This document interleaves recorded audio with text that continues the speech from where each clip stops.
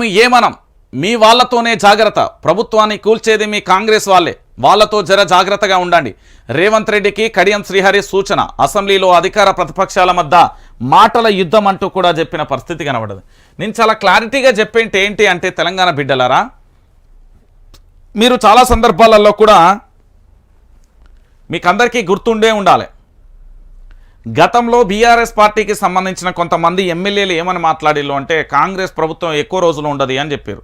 వాళ్ళు మహా అంటే ఒక్కసారి అన్నారు. ఇదే రేవంత్ రెడ్డి మా ప్రభుత్వాన్ని కూల్చేస్తారని ఆ రోజు నుండి, గెలిచినప్పటి నుండి మొన్న ఇంద్రవెల్లి సభ దాకా ఇదే పంచాయతీ మొదలు పెట్టుకుంటూ వచ్చేయండి.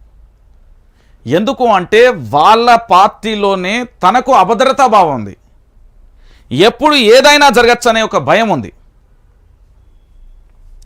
ఎందుకు అంటే కాంగ్రెస్ పార్టీ అనేది సముద్రం, ఎవరు ఎలాంటి స్టేట్మెంట్లు అయినా ఇవ్వచ్చు, ఎవరు ఏదైనా మాట్లాడచ్చు, ఎవరికి నచ్చినట్టుగా వాళ్ళు ఉండొచ్చు, తెలంగాణ రాష్ట్ర వ్యాప్తంగా కూడా ఏదైనా చేయొచ్చు. ఎందుకంటే కాంగ్రెస్ పార్టీ అనేది సముద్రం, ఈ సముద్రంలో ఎవరికి నచ్చినట్టుగా వాళ్ళు ఉండొచ్చు, ఏదైనా చేయొచ్చు అనేది ఆ పార్టీ సర్టిఫికేట్ ఇచ్చింది.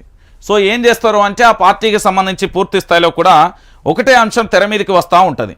కాబట్టి తెలంగాణ బిడ్డలందరూ కూడా ఆలోచించాల్సిన విషయం ఏంటంటే, తెలంగాణ బిడ్డలారా మీరు అందరూ కూడా ఆలోచించుకోరు. బీఆర్ఎస్ పార్టీ 10 ఏళ్ల పాటు కాంగ్రెస్ మంచి చేస్తే ఉండమని చెప్పింది బీఆర్ఎస్ పార్టీ. 5 ఏళ్ల పాటు ప్రభుత్వ అధికారాన్ని ఇచ్చిర్రు, మీరు ఖచ్చితంగా పూర్తి స్థాయిలో కూడా చేసుకోండి అని చెప్పింది ఏ పార్టీ? BRS party.